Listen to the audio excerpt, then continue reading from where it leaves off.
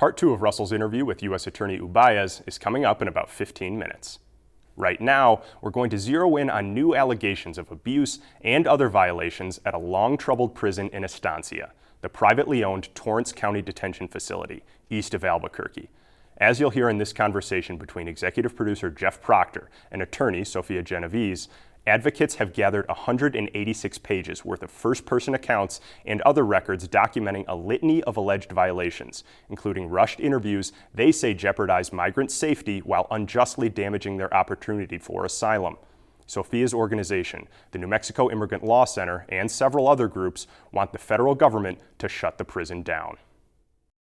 Sophia, thank you for joining me on New Mexico in Focus today. I'm so happy to be here. Thank you for having me.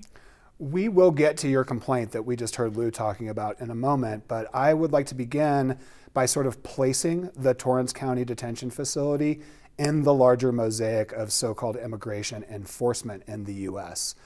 Who is locked up there and what is supposed to be happening inside those walls? Sure. So Torrance County Detention Facility reopened in 2019.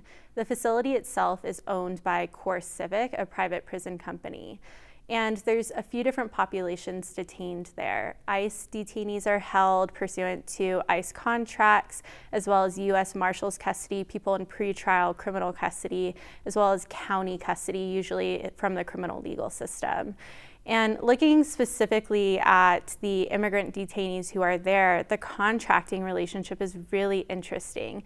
So the federal government contracts with Torrance County through an Intergovernmental Services Agreement, an IGSA, and they use these IGSAs to get around ordinary procurement requirements, competition requirements that's required when the federal government is contracting with private entities. So they use these IGSAs to get around those requirements and using the counties as a shield in the contractual relationship. The county then goes around and contracts with CoreCivic to detain immigrants. And these immigrants are held in civil immigration custody. It is not criminal custody. And the vast majority of people in Torrance right now are people held in ICE detention. There's anywhere between 100 to 400 people with a capacity up to 500 people in immigration detention. And there's far fewer people held in Marshals custody right now there. Let's talk a little bit about the complaint that your organization and others filed last week. It's a 186-page document. Mm-hmm. It includes some incredibly harrowing accounts, firsthand accounts from folks who are being held there. What are some of the themes that emerge when you read the complaint, and how, as you alleged, those amount to human rights abuses? What was really important for advocates in this complaint was detailing the ongoing issues at this facility since it's reopened, nonstop issues. And so at the beginning of the complaint, we include a history of all of these abuses and how they just continue to compound and compound over time. We, of course, had the death of Kesley Vial last year, and we talked about the conditions that advocates had escalated, the Office of Inspector General had discussed in their report calling for closure of the facility twice last year. We detailed all of that, and it culminated to a situation we began to see in January when asylum seekers were being transferred in by the hundreds after the population had dwindled to just 4 people on Christmas Eve. And beginning in January, we saw how ICE, and more specifically and more broadly, the Department of Homeland Security had changed the way the facility operated to be a credible fear interview factory, an expedited removal factory where asylum seekers are quickly processed in and processed out of the facility without access to legal orientation, without due process rights, without fair review of these determinations, on top of the horrible conditions that we've been exposing for the past few years, in addition to poor physical infrastructure, where there was recently a slip and fall because of a leaky pipe, to mistreatment by ICE and CoreCivic officials. So this complaint documents everything over the past several years that we've seen, culminating now to this massive due process violation. What, for viewers at home, is a credible fear interview, and what is the purpose of that for the asylum seeker? So under the 1996 laws that President Clinton passed, we enacted something known as expedited removal.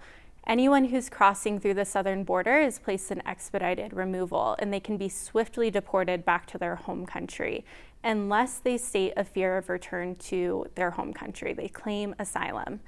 If that happens, they're placed through a credible fear interview screening, where they have to show a reasonable possibility or a significant possibility of harm if they were to return to their home country. So this is an initial preliminary screening that's not supposed to be a very high standard, just so you can access the asylum system. If you fail this credible fear interview, then you are swiftly deported with very little review by an immigration judge or the agency itself to correct any erroneous decisions.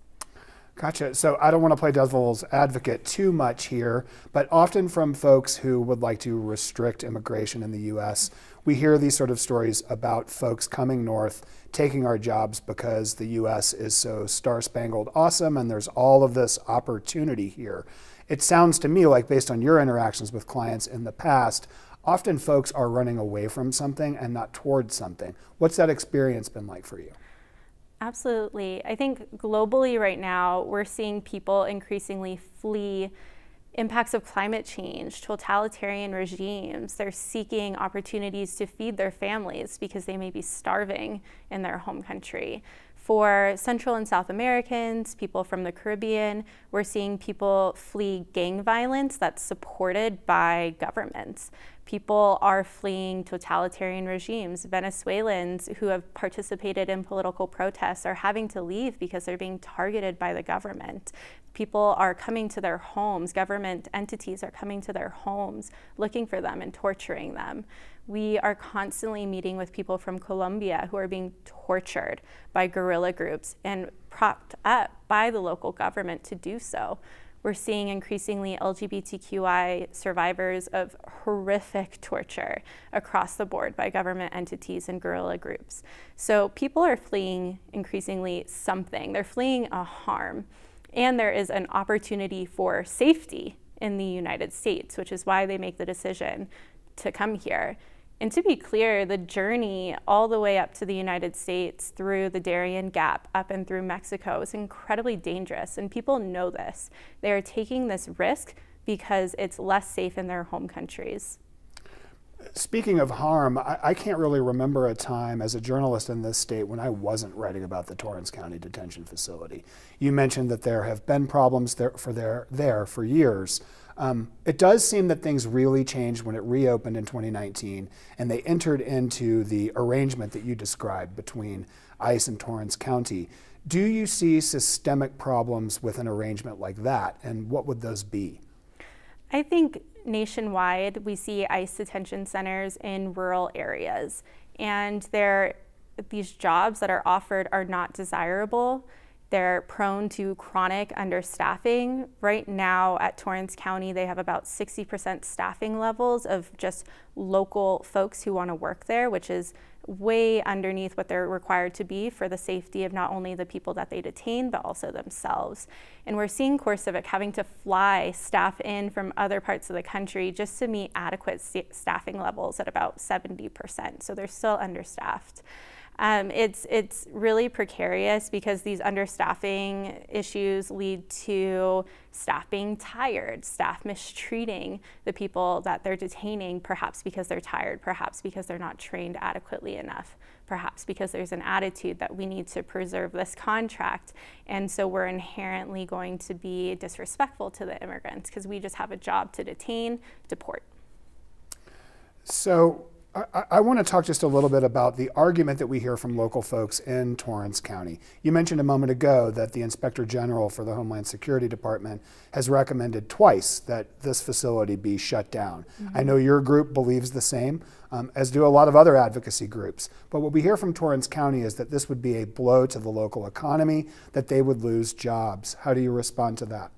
Absolutely, and we take the issue of job loss very seriously as a coalition. We have friends, we have families based in the county, and we know that there is sometimes a trickle-down effect from the prison being there. And we always point to the fact that CoreCivic has left before. They left in 2017 when the prison was no longer profitable. So the company can always do that. It's a risky industry to be involved in. But moreover, how can we find other ways to be supportive to the communities? Some of my colleague partners, my coalition partners, are out in the communities in Torrance, but also in Otero, talking to community members about what their dreams are, what do they need. And a lot of them cite to the need to have emergency medical services, more programming for children after school, more programming for seniors, handling the water situation. We should be investing in those types of projects instead of investing in a private prison where a private prison company pockets that money. So Torrance obviously is not the only privately owned ICE detention facility in New Mexico. There was a bill that gained some real traction in the legislature earlier this year during the session that very nearly passed the Senate that would have ended those kinds of relationships. What was the debate like over that bill, and what ultimately was its fate? The debate over the bill on the Senate floor was really disappointing. We saw a lot of fear-mongering. There was a comment that military-aged men are coming across our border and insinuating that there would be some sort of revolution. And it was completely dehumanizing of what the asylum seeker experience is, because in New Mexico, 95% of the people detained in ICE custody are recently arrived asylum seekers. They are fleeing danger.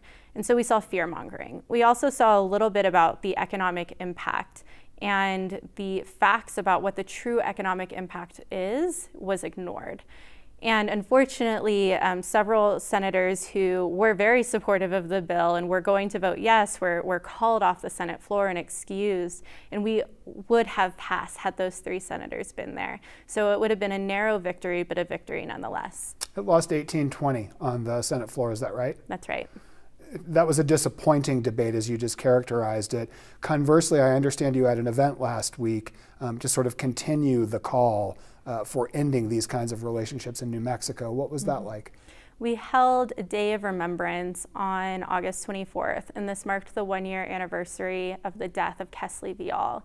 And so we continued to honor his life, to show solidarity to his family who are in the United States, that we still care, that we still want these prisons to be closed, that we don't want to see asylum seekers detained, and also continue the call for ending these ICE contracts in New Mexico, because these same conditions continue. Since Kesley died, there were several more suicide attempts, including of my client at Cibola. And had other asylum seekers not stepped in, he would be dead, because it took 10 minutes for CoreCivic officials to respond to the emergency. This will continue to happen until the New Mexico State Legislature decides to step in and say we will no longer be complicit in these human rights abuses.